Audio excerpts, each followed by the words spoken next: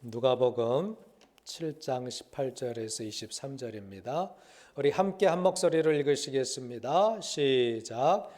요한의 제자들이 이 모든 일을 그에게 알리니 요한이 그 제자 중 둘을 불러 주께 번여여 이르되 오실 그이가 당신이오니이까 우리가 다른 일을 기다리오리이까 하라 하며 그들이 예수께 나아가 이르되 세례 요한이 우리를 보내어 당신께 여쭤보라고 하기를 오실 그이가 당신이오니이까 우리가 다른 일을 기다리오리이까 하더이다 하니 마침 그때 예수께서 질병과 고통과 및 악귀 들린 자를 많이 고치시며 또 많은 맹인을 보게 하신지라.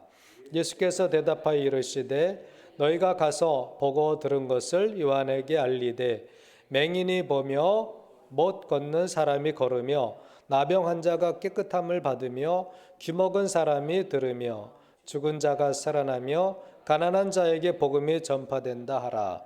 누구든지 나로 말미암아 실족하지 아니하는 자는 복이 있도다 하시니라. 아멘.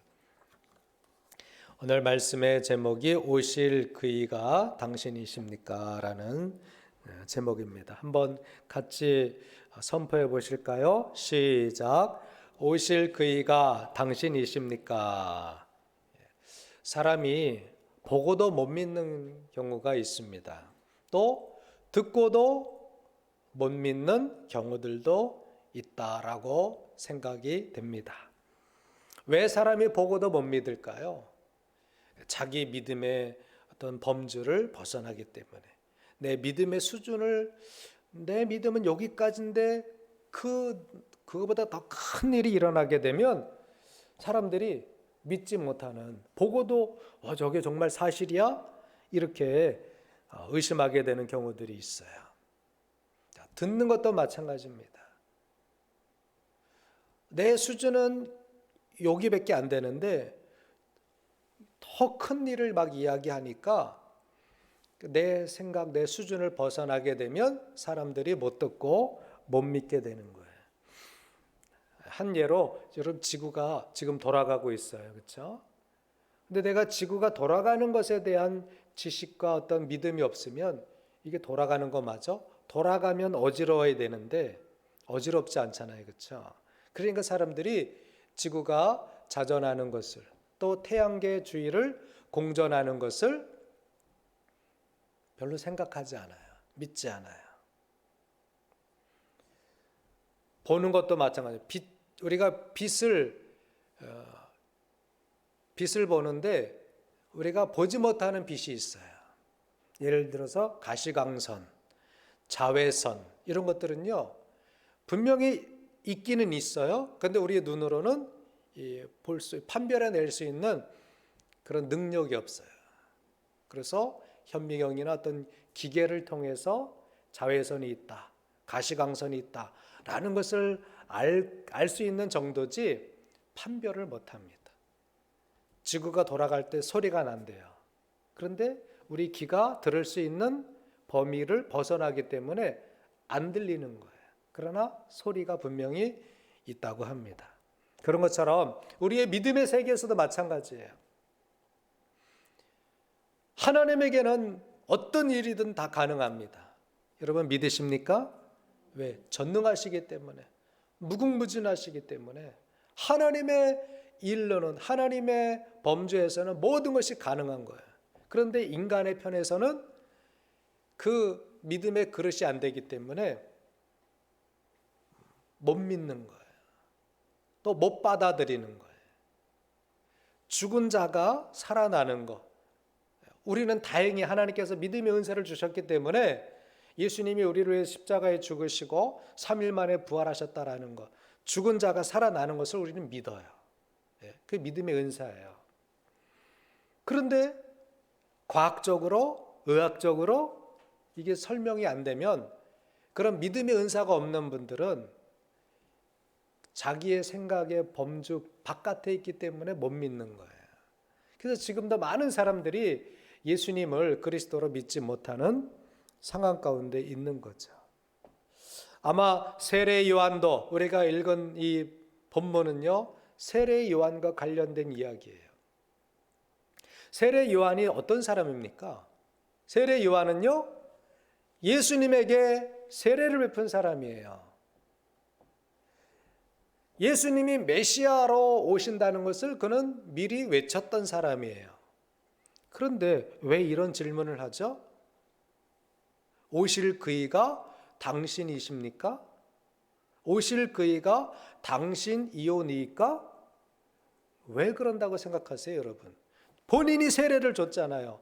본인이 예수님께서 세례 받으시러 오시는 것을 보고서 보라, 세상 죄를 지고 가는 어린 양이로다 라고 이야기하잖아요. 그런데 왜 이 질문을 했을까요? 세례 요한은요, 구약과 연결된 사람이에요. 말라기 4장 5절에 보면 보라, 여호와의 크고 두려운 날이 이르기 전에 내가 선지자 엘리야를 너희에게 보내리니, 맨 마지막 선지자가 이 말라기 선지자인데, 말라기 선지자가 예언하는 거예요. 엘리야가 다시 오리라. 엘리야는 그 전의 사람이에요, 그렇죠? 우리 열왕기 상에 나오잖아요. 그런데 어째서 이 말라기 선지자가 엘리야에 대해서 이야기했을까? 그 엘리야는요, 세례 요한을 가리키는 거예요. 세례 요한이 주의 오심을 전할 그러한 사명을 가지고, 그래서 구약의 끝자락에 연결되어 있는 사람을 세례 요한, 마지막 선지자. 실제적으로는 말라기 선지자가 마지막 선지자지만 그 연결해서 세례 요한까지 구약과 연결되어 있다, 그런 인물이다라고 말할 수 있습니다. 요한복음 1장 29절에 보니까 우리 함께 읽어보시겠습니다. 시작.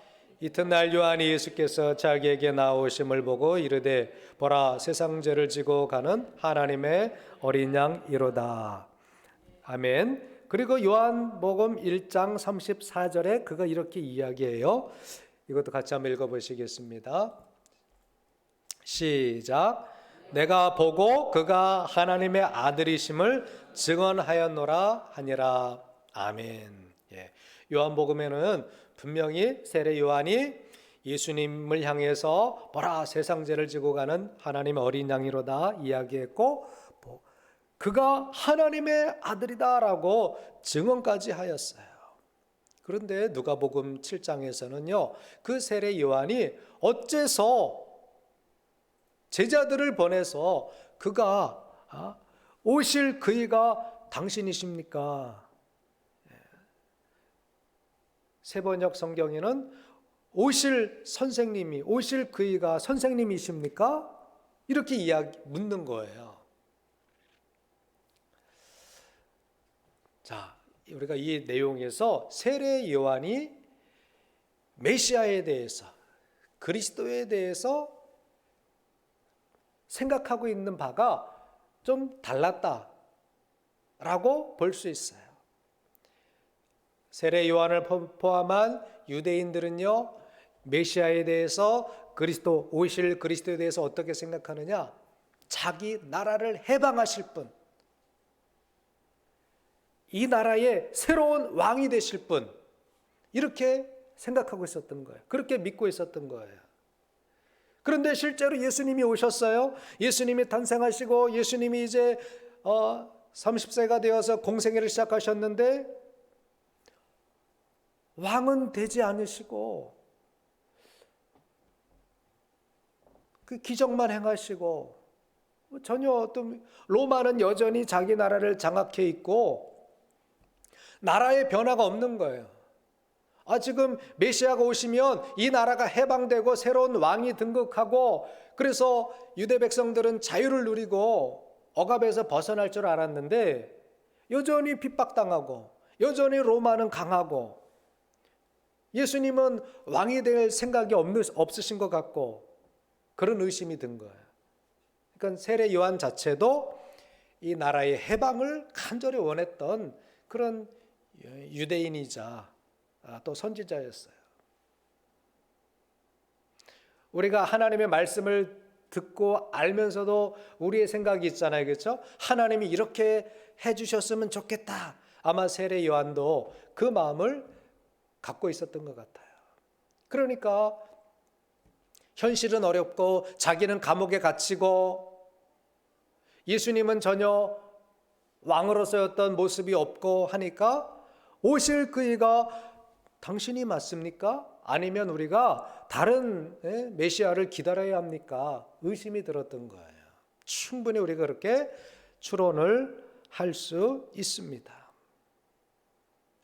이스라엘 사람들이 기다렸던 메시아는, 그리스도는 어떤 분이었을까요? 제가 말씀드렸듯이 이스라엘을 해방시킬 그런 메시아를 사람들이 기다리고 있었던 거예요. 예수님은 마지막 생애 한 주간 시작하시면서 나귀를 타고 예루살렘 성에 입성하셨어요. 그때의 사람들이 뭐라고 합니까? 호산나 호산나라고 이야기합니다. 우리를 구원하소서, 우리를 구원하소서. 지금 유대인들이 바라고 있는 건 뭐예요? 당신이 왕이 되십시오. 그래서 우리나라를 건져주십시오. 이 로마의 압제에서 건져주십시오. 그것도 포함된 거예요. 구약에서 구약 선지자들이 예언한 그대로 일이 일어나고 있어요 지금. 그래서 유대인들은요, 당신이 왕이 되십시오. 그래서 우리를 구원해 주십시오. 그렇게 호산나 호산나 하며 나라의 해방을 갈망했던 것입니다. 누가복음 19장 38절에도 이르되 찬송하려로다 주의 이름으로 오시는 왕이여 하늘에서는 평화요 가장 높은 곳에서는 영광이로다. 여기서도 왕이여라고, 물론 영적인 의미에서도 왕이에요. 평화의 왕으로 오신 게 맞아요. 그런데 유대인들은 조금 갈망이 달랐어요. 우리는 평화의 왕, 우리를 구원하실 왕 예수님으로 우리는 믿지만 유대인들은요, 그 당시에 유대인들은 자기 나라를 해방할 왕으로 그렇게 더 많이 생각했던 거예요. 그런데 예수님께서 입성하셨지만 평화의 왕으로 자기들이 막 환영하고 그 나라를 해방시켜 주실 것으로 믿었지만 예수님이 체포당하시고 신문당하시고 힘없이 십자가에서 죽으셨단 말이에요. 그러니까 유대인들이 돌아서는 거예요. 아니, 왕으로 오셔서 정말 이 나라를 해방하고 우리에게 자유를 주셔야 될 분이 왜 죽어? 왜 십자가에 달려? 그러니까 백성들이 돌아섰습니다. 누가복음 23장 37절에 보면 이르되 내가 만일 유대인의 왕이면 네가 너를 구원하라. 조롱하는 거예요, 예수님을. 자기들은 유대인의 왕으로 모셨는데 예수님이 지금 십자가에 달리신 거예요. 죽으신 거예요. 이제 죽어가고 있어요. 그러니까 내가 유대인의 왕이면 너부터 네가 구원해봐, 이 말이에요. 그러니까 유대인들이 갈망하는 왕은 자신들을 해방시킬 왕, 정치적인 왕을 구했던 거예요. 이제 우리나라도 내년 3월 달인가요? 대통령 선거를 치러야 되죠. 저마다 자기가 대통령 되겠다고 막 그냥 당원들이 막 지지를 하고 막 그래요. 여론조사가 나오고. 우리도 어떤 대통령을 갈망하죠? 정말 경제적인 대통령, 경제를 살릴 대통령, 정의와 공의를 행할 대통령, 국민의 생활을 획기적으로 바꿀 대통령, 집값을 안정시키고 교육을 잘 교육의 체계를 세워나갈 대통령. 저는 솔직히 누가 돼도 비슷하다. 저는 그렇게 생각을 할 수밖에 없는 것 같아요. 대통령들이 저마다 선거 공약은 다 걸어놨지만 제대로 한 역대 대통령들이 없어요. 제가 비관적인지는 몰라도 별로 저는 기대를 안 합니다. 나라 자체가 전체적으로 수준이 올라가야 좋은 대통령도 나오고 또 국민들의 수준도 올라가지 그냥 뭐 사람만 바꿔갖고는 안 된다고 생각해요. 또 너무나 낙관주의도 좀 위험한 거예요. 저분이 되면 우리나라 확 바뀔 거야. 뭐 100조를 푼다고 하잖아요. 저분이 되면 우리 월급 받을 거야. 아마 일 안 하고도 한 달에 막 100만 원, 200만 원 줄 걸. 그런 낙관주의도 우리가 조심해야 돼요. 어떤 그 대통령 후보로 나온 사람은 자기가 대통령 되면 뭐 얼마씩 막 준다고 하잖아요. 그런 말 믿으면 안 돼요, 여러분. 조도 문제예요. 나라 다 거덜나는 거예요. 너무 낙관주의도 말고 너무 비관해서도 안 되겠죠.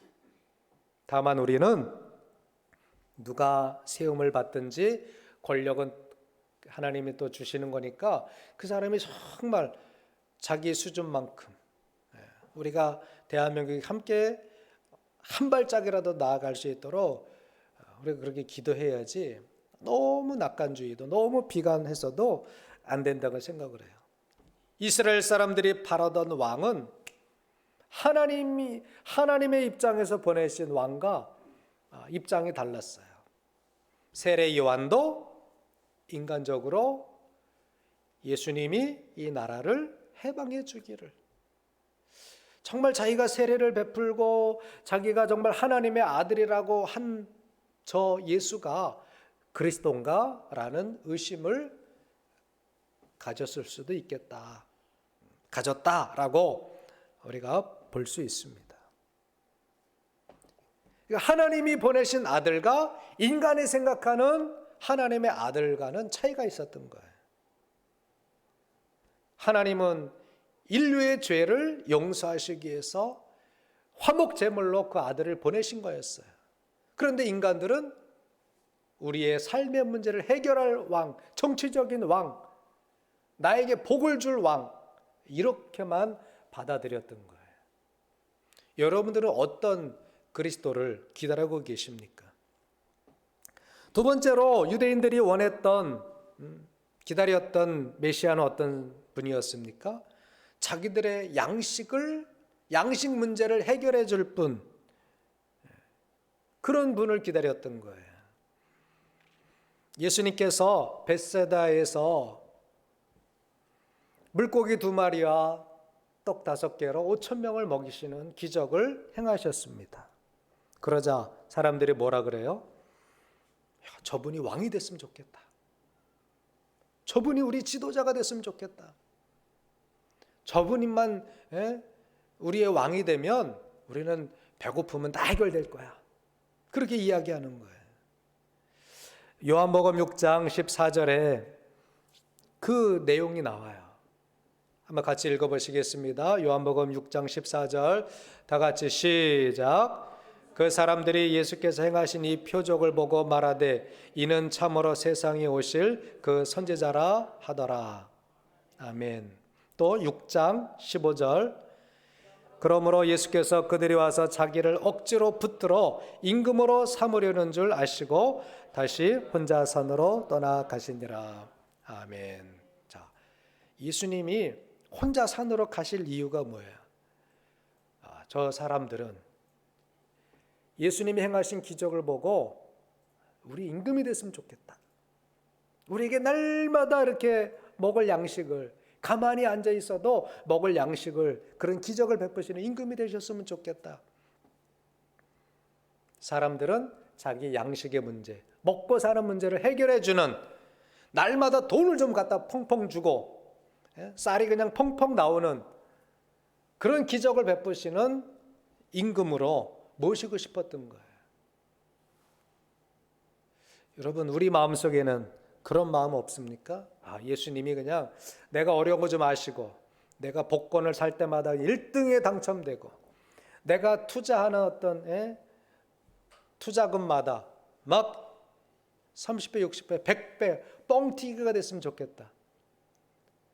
그런 마음을 우리가 어렸을 때는, 신앙이 어렸을 때는 갖지 않습니까? 사람은 그래요. 사람들이 원하는 왕이 바로 이런 왕이에요. 그러나 하나님의 뜻은 그것이 아니었죠. 사람들이 원하는 왕은 정치적으로 해방시켜줄 왕, 자신들의 먹고 마시는 문제를 해결해줄 왕으로 생각했던 거예요.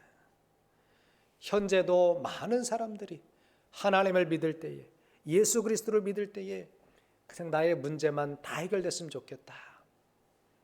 내 가난의 문제, 직장의 문제, 미래의 문제, 내가 먹고 사는 문제 걱정 없으면 좋겠다. 예수님 믿으면 걱정 없으면 좋겠다. 우리가 이런 마음을 품고 예수를 믿을 수도 있는 거예요. 그러나 하나님의 뜻은 거기 있는 것이 아닙니다. 세 번째로 유대인들이 바랐던 왕, 유대인들이 기다렸던 메시아는 어떤 메시아였습니까? 기적을 행하는 메시아였어요. 예수님은 가는 곳마다 만나는 병자마다 병을 고치셨어요. 기적을 행하셨어요. 제자들에게도 기적을 행하셨어요. 무리를 걷기도 하시고 제자들이 보는 그 앞에서 오병이어의 기적을 행하기도 하시고 말씀만 하시면 막 병이 낫기도 하고 그러니까 사람들이 거기에 막 환호를 하는 거예요. 기적을 베푸시는 분, 이적을 행하시는 분. 유대인들은요 예수님을 따라다니는 사람마다 그런 이적과 기적을 봤어요. 그런데 하도 보니까 기적과 능력을 하도 보니까 이제는 기적이 일어나도 사람들이 별로 놀라지 않는 수준에까지 이르게 된 거예요. 여러분 우리도 기적이 맨날 일어나 봐요. 그게 기적입니까? 그냥 일상이 되는 거잖아요. 놀라지 않잖아요. 여러분 매일 해가 뜨는 거 여러분 놀래요? 안 놀래죠? 매일 산소가 새롭게 공급되는 것 놀랍니까? 안 놀라죠? 여러분의 심장이 뛰는 것 일정하게 뛰는 것 이거 놀랍니까? 안 놀라죠? 왜? 그냥 매일 일어나는 일이기 때문에. 그런데 여러분 기적이에요. 심장이요 한 번 뛸 때마다 온 몸에 그 피를 촥촥 공급해 주는 거 이건 정말 어떤 기계가 이렇게 만듭니까? 하나님만이 하실 수 있는 거예요. 바닷물이 넘지 않게 딱 일정하게 들어왔다가 나갔다가 여러분 기적 아닙니까? 그런데 우리는 그냥 멋있다 이렇게만은 끝나는 거예요. 낮과 밤이 정확하게 일정하게 돌아가는 거 이거 기적 아닙니까? 그런데 하도 우리가 맨날 낮과 밤이 계속 반복이 되니까 별로 놀라지 않는 거예요.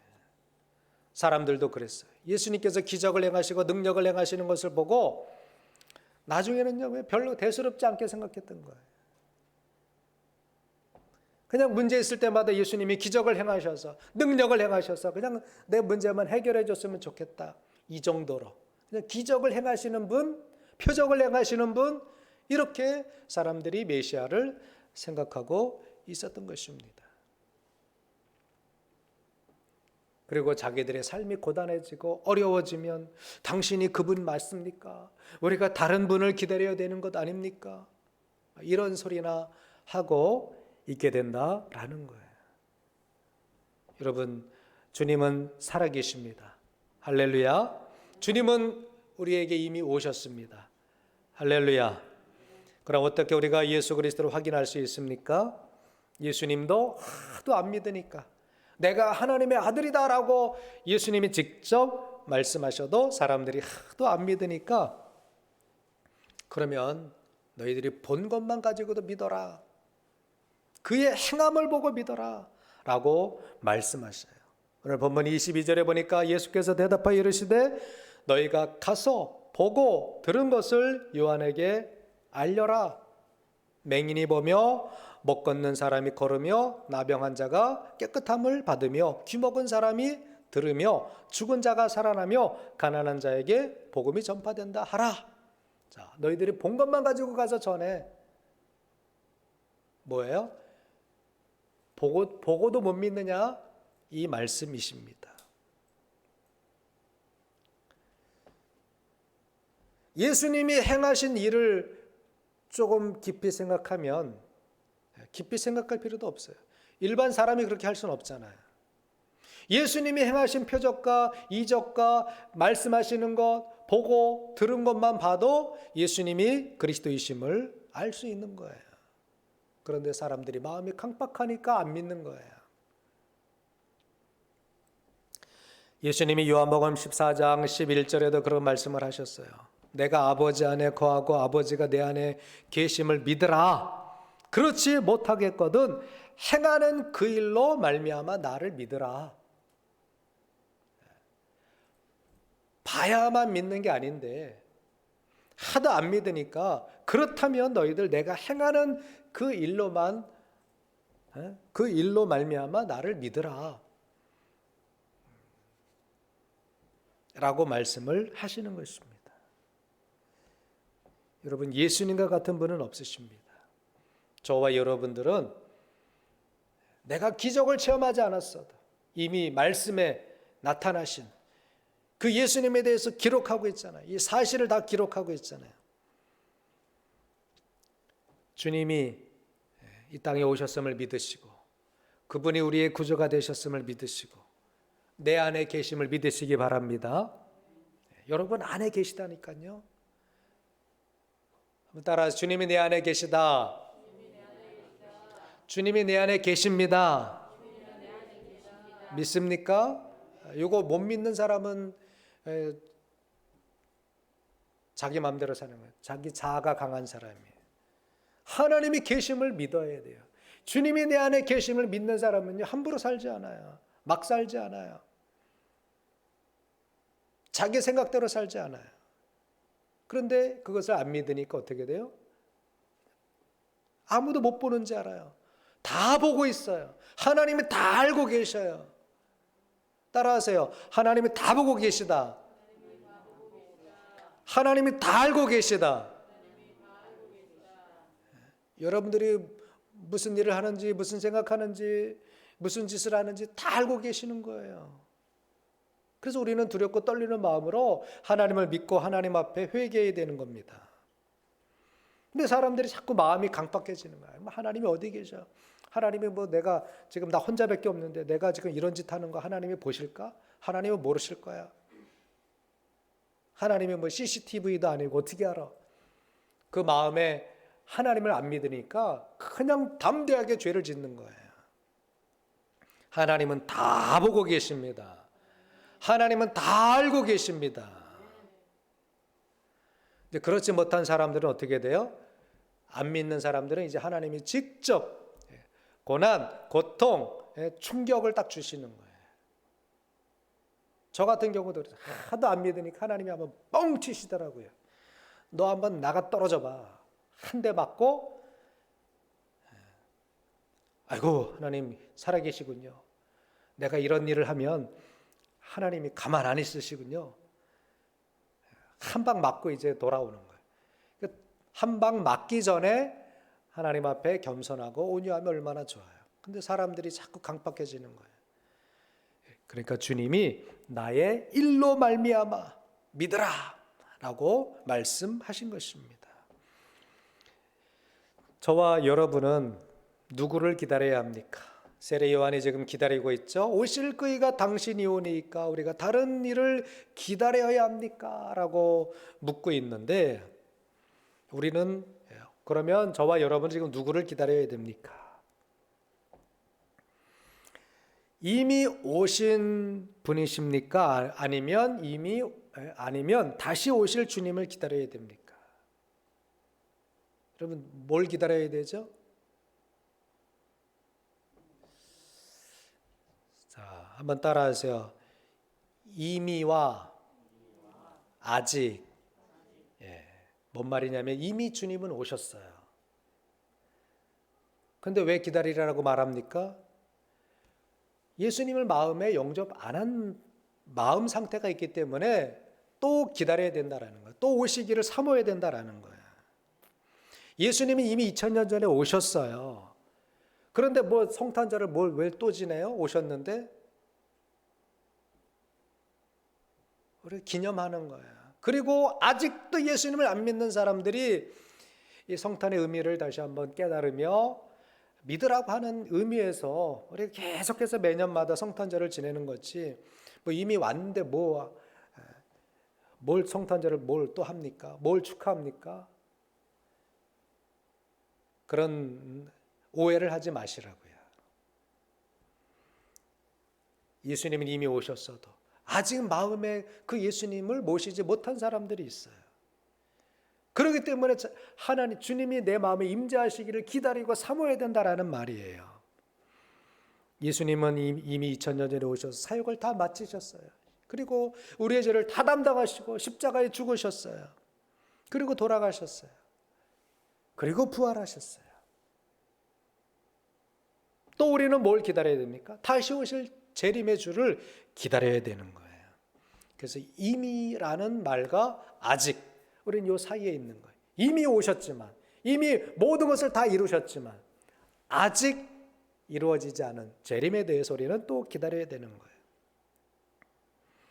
우리는 왜 예수님을 기다려야 됩니까? 말씀드렸듯이 예수님을 영접해야 하기 때문에. 이미 영접했는데요. 그런데 예수 밖에 예수님이 그 마음속에 안 계신 분들이 있어요. 목사가 되고 장로가 되고 권사가 되고 집사가 되고 목회자 자녀가 되고 해도 그 마음속에 예수님이 없는 사람들이 있어요. 예수님과 상관없는 삶을 살아가고 있는 사람들이 있어요, 없어요? 있습니다. 그렇기 때문에 예수님을 날마다 모셔드려야 되는 거예요. 한 번 성령 받으면 되지. 우리 맨날 이거 가지고 신학적인 논쟁을 해요. 한 번 영접하면 되지. 또 영접해요? 맨날 이거 가지고 신학자들은요 싸워요. 그런데 가만히 생각해 보니까 날마다 우리가 예수님을 모셔드려야 돼요. 한 번 영접 기도했어도 또 해야 돼요. 어떤 의미 해석의 차이지 제 생각으로는요. 자꾸 이 마음속에서 예수님을 몰아내거든요. 우리가. 내 마음이 예수님을 몰아내서 자꾸 내 뜻대로 내 주장대로 내 자아대로 살려고 막 그냥 이 속사람은요 그렇게 애쓰는 거예요. 사도 바울 같은 사람도 왜 괴로워합니까? 그런 마음 때문에 자꾸 자기의 마음이 죄악으로 사로잡혀가는 것을 영적으로 알기 때문에 괴로워했던 거예요. 그래서 우리는 날마다 예수님을 영접해야 되고 날마다 성령 임해야 되고 날마다 하나님이 내 마음의 주인 되도록 그렇게 해야 되는 거예요. 제가 지난 금요일 날도 말씀드렸잖아요. 내 삶의 이야기가 뭐냐? 우리가 서로 나누는 이야기가 뭐냐? 여러분 예수님이 주제가 됩니까? 예수님이 내 이야기의 중심이 됩니까? 안 그렇잖아요. 그렇기 때문에 우리가 날마다 예수님을 사모해야 되고 기다려야 되고 자꾸 그분을 이야기해야 되고 왜? 그분에게 우리가 지배된 삶을 통치되는 삶을 살아야 되는데 내 자아가 너무 앞서는 거예요. 그렇기 때문에 우리는 예수님을 영접해야 된다라는 것입니다. 예수님이 내 삶의 주인이 되셔야 내가 예수님에게 이끌린 삶을 살아갈 수 있는 거예요. 믿으시기 바랍니다. 영접하는 자 곧 그 이름을 믿는 자들에게는 하나님의 자녀가 되는 권세를 주셨으니 라고 말씀하셔요. 신학적으로는 한 번 예수님 영접하면 주님은 떠나가시지 않는다고 저도 믿어요.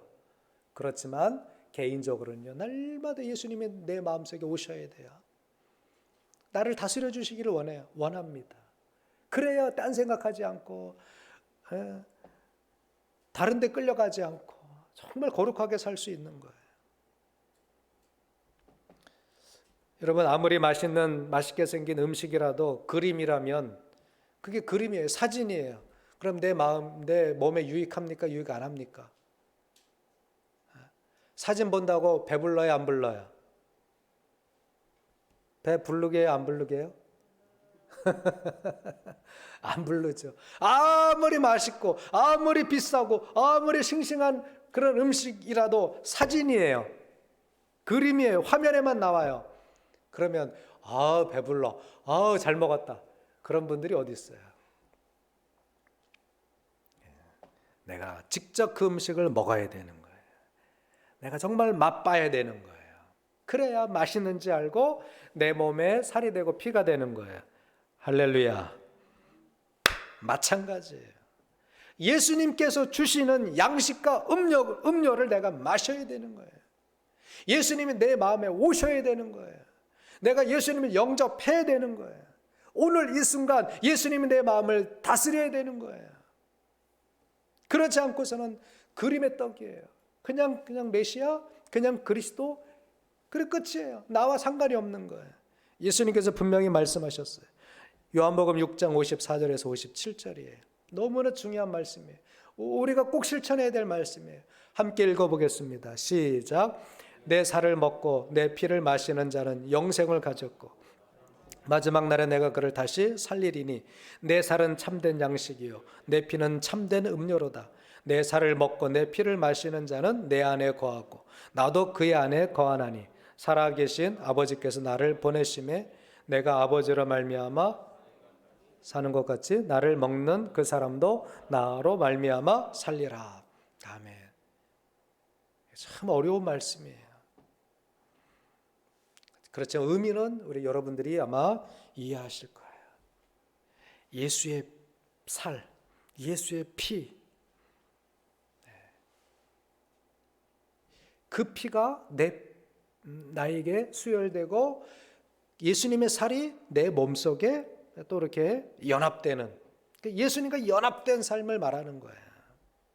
따로 떨어져 있는 그 그림의 떡이 아니라 정말 내가 예수님과 동참하는, 내가 예수님 안에, 예수님이 내 안에. 이거 참 어떻게 설명하기가 쉽지가 않아요. 성령님이 우리 안에 계시다는 거 이거 설명하기 어렵듯이, 그러나 체험하는 분은 알 거예요.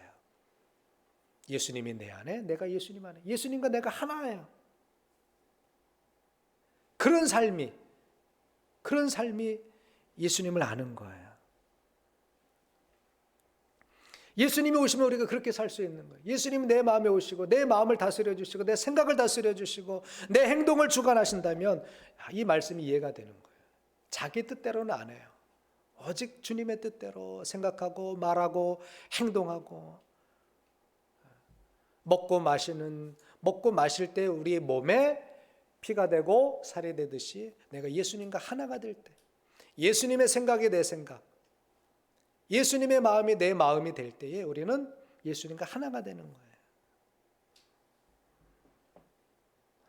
그리할 때 이미 우리가 예수님과 동행하고 있는 삶을 살게 되는 거예요. 오실 그분이 예수 그리스도이십니까?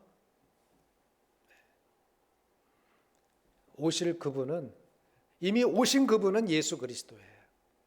앞으로 오실 그분도 예수 그리스도예요. 무슨 말인지 이해되십니까? 이미 오신 2000년 전에 오신 분도 그리스도, 예수 그리스도예요. 다시 재림하실 분도 예수 그리스도예요.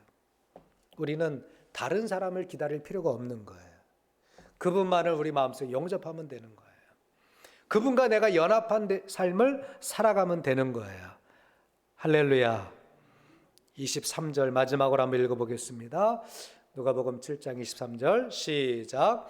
누구든지 나로 말미암아 실족하지 아니하는 자는 복이 있도다 하시니라. 아멘. 예수 그리스도가 이미 오셨다라는 것을 믿는 사람, 이미 예수님이 내 삶 속에 함께하고 계시다라는 것을 믿는 사람, 예수님은 내 마음의 주인이셔. 예수님은 내 생명의 주인이셔. 내가 어떤 상황 가운데 있어도, 어떤 어려움 가운데 있어도 주님은 함께 계셔. 이 사실을 믿는 사람, 그 사람이 복이 있다라는 거예요. 할렐루야. 실족하지 마세요. 내가 지금 어려움 당하는데 예수님 안 계신가 봐. 내가 다른 분을 기다려야 됩니까? 아닙니다. 이미 예수님은 거기 계셔요. 나와 함께 계시는 거예요.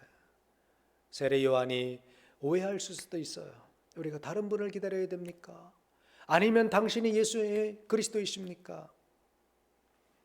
예수님은 나로 말미암아 실족하지 아니하는 자는 복이 있도다.